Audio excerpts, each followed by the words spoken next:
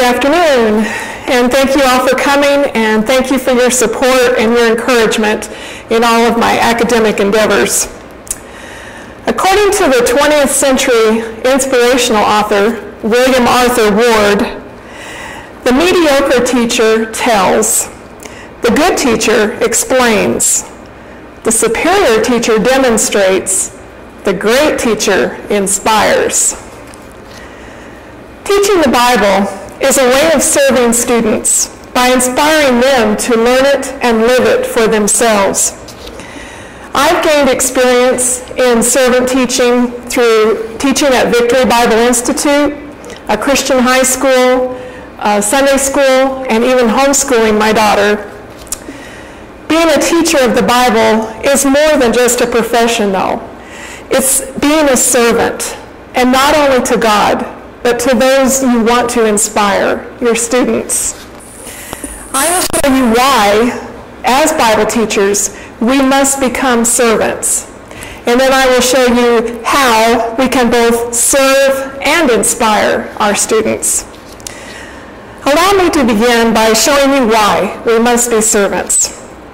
The number one reason is to imitate Jesus' earthly ministry. We know he was selfless. In the book 100 Portraits of Christ, Henry Garapi points out that, quote, Christ came to be a servant. He came to give his life for us. We never find him pursuing his own interests. His whole life and ministry was for others, end quote. And we see this throughout the gospel. Also, Jesus humbled himself. Philippians 2:8 reminds us that Christ humbled himself to the point of death, even the death of the cross. And there can be no greater example of humility. The second reason teachers need to become servants is to be effective leaders. In Matthew and Mark, Jesus told his disciples that if any of them wanted to be great, they must first become servants. Kenneth Elzinga, a longtime professor of economics at University of Virginia, shares, quote, the one who leads should be willing to serve. If you want to be first, you line up last. My authority as a teacher is linked to my willingness to serve my students, end quote. So how can a teacher become a servant? First, we must die to self. As Romans 12:2 points out, we are to present our bodies a living sacrifice, holy and acceptable to God, which is our reasonable service. Secondly, we must be prepared. Being organized and coming to class with your best material and a good knowledge of the subject shows your students that you want the very best for them. Colossians 3:23 reminds us that we are always to serve and represent Christ, in that whatever you do your work heartily as to the Lord rather than for men. The third thing we must do is be available, and we can do that in two ways. The first way is to have a flexible schedule. Don't be so busy and locked into your plans that there's no time for spontaneity with your students. The second way we can be available is to be open to after-school activities.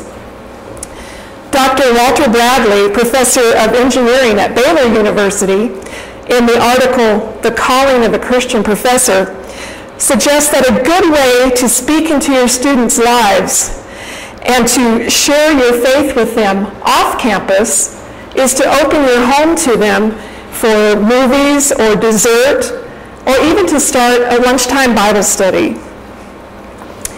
We can also be servants to our students by demonstrating that we care. And we can demonstrate in two ways. The first way is through our actions. In the article, 5 Ways Good Teachers Change Lives, the top 5 qualities of a good teacher were encouragement, support, caring, investment, and challenge. We can also show we care through our words. From that same article, it recommends, quote, "Speak uplifting words of blessing to your students. Let them know you're pulling for their success. Build them up and express caring and personal interest in them. Form relationships and call them to a higher standard of excellence and maturity," end quote. And finally, we can also be servants to our students by being examples. In the online article, "The Heart of a Servant," Bible.org says, quote, "A true concept of mature Christian leadership means serving one's followers and teaching them by example to be servants to others," end quote. And as Paul admonishes all of us in 1 Corinthians 11:1, "Imitate me as I imitate Christ." This brings me to my conclusion. Teaching the Bible can be just another occupation, or it can be a service and a ministry to our students and ultimately to the Lord. God values His Word, and He values those who would listen to, study, and heed His Word. And as teachers, we have an opportunity and a responsibility to teach, serve, and inspire by example. Let me close by sharing this illustration of Colonel James Irwin, who was a Christian astronaut who had the privilege of walking on the moon.